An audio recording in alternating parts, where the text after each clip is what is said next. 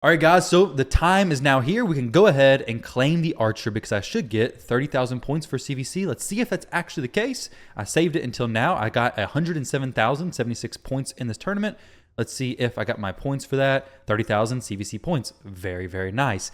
So what I want to talk about today is the resources I spent, the money I spent, and kind of what I've done to actually prepare for these events. Now, with that said, let's go ahead and take a look at the Archer because I do want to book her out. I did obviously win her, and my first day I pushed to 75,000, which I streamed basically the entire thing. 75,000 the first day, and then after that I just coasted my way to 100,000, so an extra basically 25,000 points, and I got the Archer. Some people's brackets went extremely hard and were nowhere close to as lucky as I am, and some people's brackets were even easier. I've seen the lowest Archer that I've seen was 20,000 points for Archer. That is absolutely incredible. I would have loved to have been in that bracket, but plenty of people went way harder. So these books, I ain't got very many. I have 6 books left. We're going to talk about how many books, everything I spent, but I want you guys to guess down below how much money or how much energy did I spend. You can do either one of them, but I want you guys to guess before you actually see the numbers because I'm curious how close or how far off, either high or low, your numbers actually are, because some people estimated it way low, and I've seen some numbers way high. It's actually much more on the way high side. But as far as my books go, I'm gonna do some magic booking tricks here. So this book, this ability requires 5 books. I want to get this booked, but I also want to get this booked. I have 6 books, so I can fully book one ability, basically. If I get lucky, this takes 5. 1, 2, 3, 4, 5. So we're gonna load up 5 in here. 1, 2, 3, 4, 5. We're gonna click this a lot and then hope that it all goes. Oh man, it did not go where I wanted at all. Actually, it went into the exactly wrong skill. That was actually basically the worst possible booking I've ever seen in my life. Oh no, sorry. This is the worst possible booking. My goodness, Plarium, you kidding me? It literally did not go anywhere I wanted it to. It booked out everything that I did not want it to do. Next book probably is going to go right there for extra 10% damage. I'm missing right now 25% buff and debuff chance on our AoE decreased speed, and I'm missing a cooldown reduction on both those abilities, the A2 and the A3. Wow. So now I'm in a spot where I need 1, 2, 3, 4, 5, 6 books for the Archer. I could purchase it. I don't want to spend any more. I'll talk about that monthly budget whole thing and the situation I'm in now. There is an offer in the shop. If you guys want to see it on stream, I may be able to. I really don't want to spend anything more on this game at all right now, this month especially. But to do the Archer content, I do want to hear from you guys.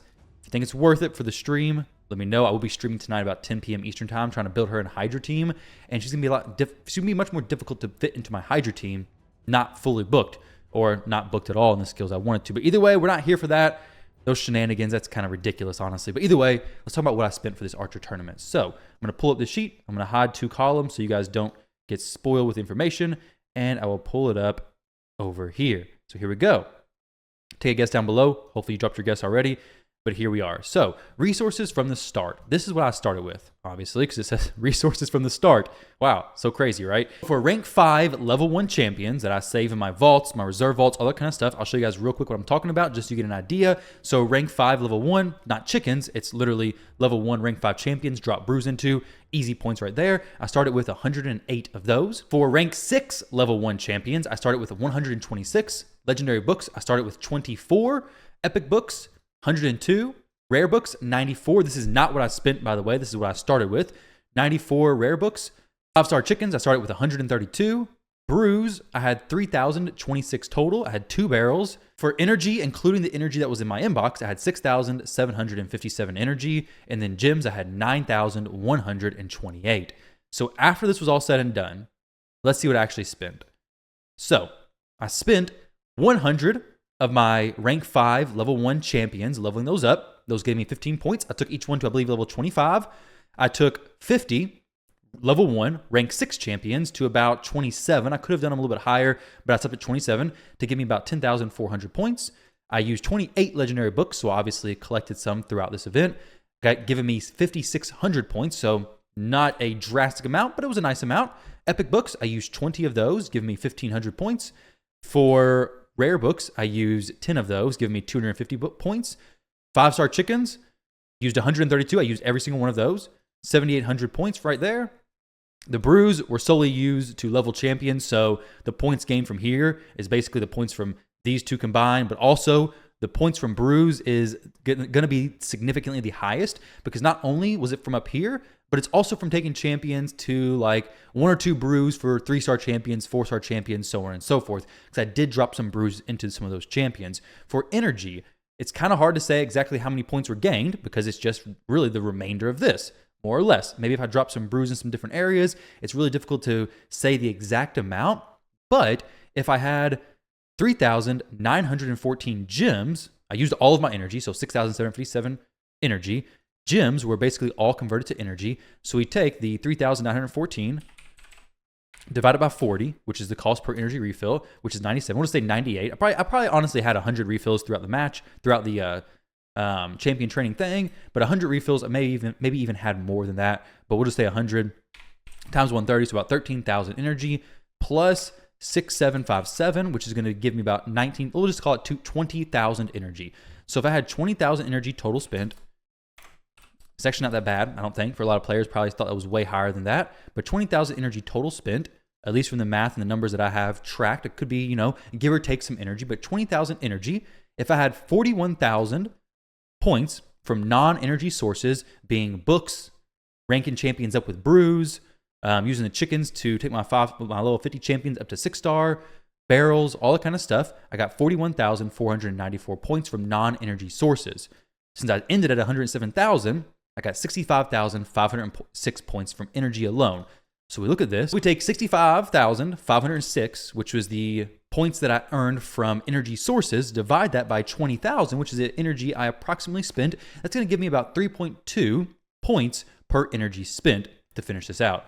So my points broke down to that. Total points, 107,000. I spent about 20,000 energy. If you were to take this and go to the Hell Hades pack offer thing and load up all the stuff that I spent, if you were to buy a pack in the shop for, let's see, $450, it would be an epic deal.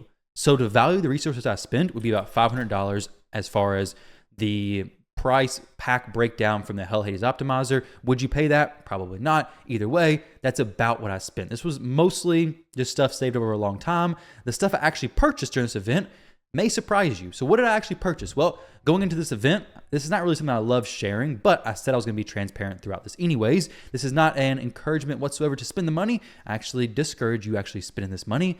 It's probably not worth it for most people. Content creator, it's a little bit of a different situation. It's a small business, investing in my business, in other words. So the money spent, let's see what I purchased. So the first day before this event ever started, I said in one of my videos to make a budget for yourself. Make a number that you're not going to spend over, because if you don't, you're going to get caught up in it. You get a pretty heavy group and you're going to spend over that amount. That day, I said that I was going to spend at max $500. So that's a lot of money. But I said during this Archer event, I'm willing to, if it goes all the way, spend $500 to get the Archer champion. My idea was buying energy, buying ancient shards possibly, and all of that should be all I need to go ahead and finish this event. So day one, before the event ever even started, we had we had an extra legendary event on ancient shards. That was a perfect time to pick up the ancient shard string pack, which gave me 157 ancients and then 5,350 gems. The gems were going to be converted to energy or to ancient shards, because if you get really low in mystery shards and ancient shards, you run out of shards, you have nothing to level. So you need more champions. So the gems could have been champions or it could have been energy. In my case, it went to energy, but that was $250 for that entire string pack. So from there, I was half my budget. So from that point, I didn't purchase any other energy. You see one other purchase, a lot of you probably know what this is.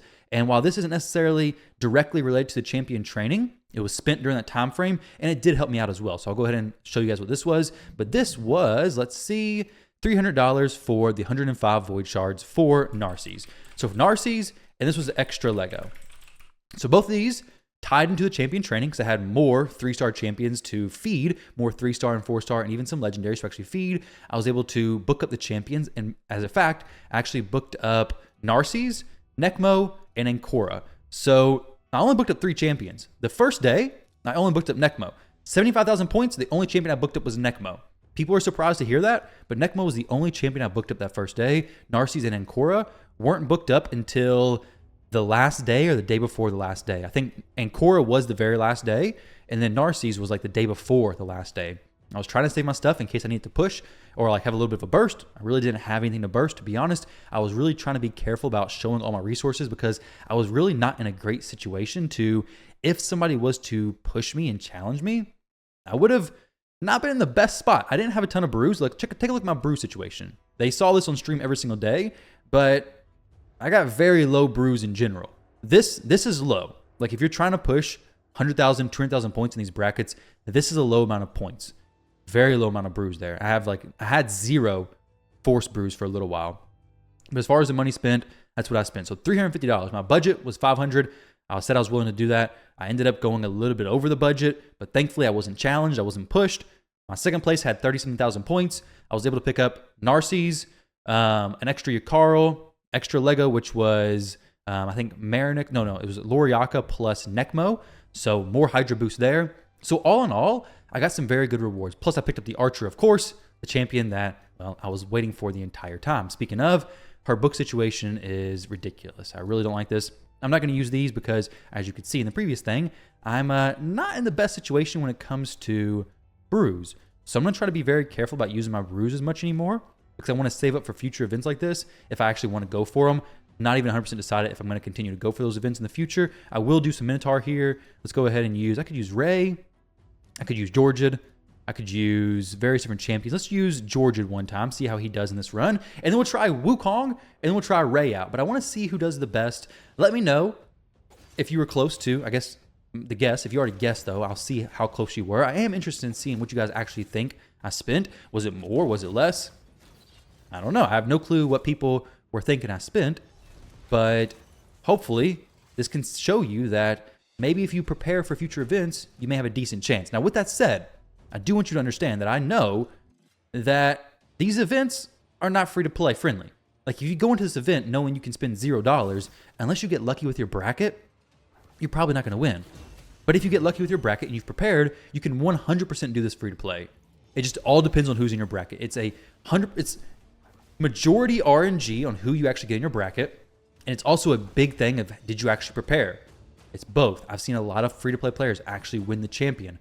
I pushed from day one, and as a content creator, I was telling actually my dad earlier, he would push for Archer and came up a little bit short, but I was telling him, I get 2 people in my group, one of 2 people. One person sees me as a content creator, sees my resources, knows I'm going to go pretty hard, and decides, okay, I'm not going to do this. So they back out. And then I have the other type of person who sees I'm a content creator, sees him in their group, and decides this is the time to go harder than ever. This is the time that I want to beat him. So as a content creator, going hard the first day, I think really shows, hey, am I going to be in a group of people who are going to try to snipe me and just wreck me and, troll me essentially? Or am I in a group with somebody who's just going to, not do a whole lot? They see my account, they see everything, versus typical players, you push up a lot, they don't really have anything to go off of. They just know their resources. Do they want to push that much? So on and so forth. So maybe people in my group don't even know I'm a content creator. Who knows what the situation is? But whatever it is, I ended up taking away the Archer. Very good. The total spent was $550, and the resources down here. So these are the resources I spent. $550. It's expensive. Not at all saying it's not expensive. However, I could have spent 0 and still had basically all of these points because the only points that contributed were the champions I opened from the Ancients. But speaking of, I actually still have majority of those Ancient Shards remaining. Narcisse wasn't until the last day. So I had 90 Ancient Shards. I think it took me 30 or 40, I guess, to actually get the Legendary. It was very, very lucky. But I still have 90 Ancient Shards left from that. I have 102 now. Obviously, it's gone up a little bit. But I had all my Ancient Shards from there. The gems were the biggest thing that contributed, to be honest. So take from that what you may. I wanted to be transparent through this. I just wanted to share with you guys the journey, the adventure. Let's see who I want to use.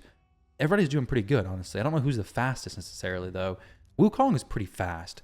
He is a pretty speedy dude, but so is Georgia. I think it's either Wukong or Ray, to be honest. Wukong does quick, though.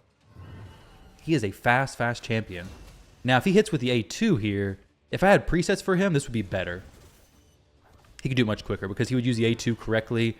The A1s and the A2s and the waves. I actually check my presets. I'm going to see if I have him there. But him or Ray. Okay, so this is the team I was using. Let's see. Throw Archer in there. see how this one goes. This will be a little bit faster. I'll show you my Wukong build as well, in case you're curious. So with the A2, the first wave. So now he primes that target, big hit, shares the damage.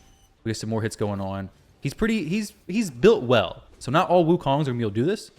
Like it's kind of difficult to actually do this if you don't have blessings, if you don't have good gear. But if you have this stuff, I guess it's not too bad. Let's actually take this up.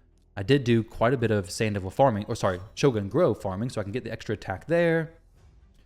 Let's get some extra defense. I don't really want that, but I don't really want to rework it either, honestly. Not for this piece. HP, no, I'm not going to worry about that stuff. I guess so many pieces, guys, to rework is actually insane how much stuff I have to rework. But there we go. His build. Let me show you one more time because I actually skipped past it, I think. So I'm interested in see what you guys think. I'm also looking forward to having you all stop by the stream tonight. Like I said, about 10 p.m. I'm planning to do some Archer stuff. I want to try her Nightmare Hydra, but without the books. I'm a little bit mixed on that. Can I go without the books, or am I just going to have to say, hey, let's pay some money to get this booked so I can actually have a good stream with you guys? But you guys, let me know what you think. Jump in the comment section below. Let me know what you think. 7,900 attack, almost 300% crit damage, good speed. Masteries are right here. Best of luck to you guys during your CVC. Hopefully you win. Unless you're in the clan against me, then hopefully you guys just sit out this week. Either way, thank you all very much for watching. I love and appreciate all of you, and I'll catch you in the next video.